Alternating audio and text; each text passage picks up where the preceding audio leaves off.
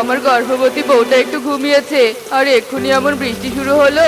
চাল ফুটো হয়ে বৃষ্টির জল গড়াতে দেখে টোনা একটা গামলা নিয়ে আসে। এভাবেই টোনা বৃষ্টির জল আটকানোর চেষ্টা করতে করতে রাত গড়িয়ে সকাল হয়ে যায়।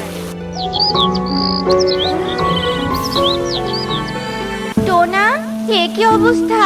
পুরো ঘরে বালতি, গামলা, ঘটি বাটিতে ভর্তি কেন? এ কি, ঘরের চাল তো দেখছি ফুটো হয়ে গেছে। হ্যাঁ গো টুনি, ঘরের চাল রাতেই ফুটো হয়ে গেছে আর জল আটকানোর জন্যই তো এসব করতে হয়েছে।